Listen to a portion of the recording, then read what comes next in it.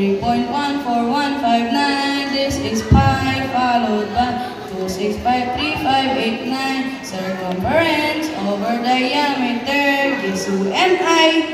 Eureka! I have found it! Give me a place to stand and a lever long enough, and I shall move the world. Give me a lever long enough and a fulcrum on which to place it, and I shall move the world. I am the masters of levers, inventors of super weapons, discovered hydrostatics, and calculate the most precise value of pi. I am a Greek philosopher, mathematician, and discovered geometry. I am the father of mathematics. I am Archimedes.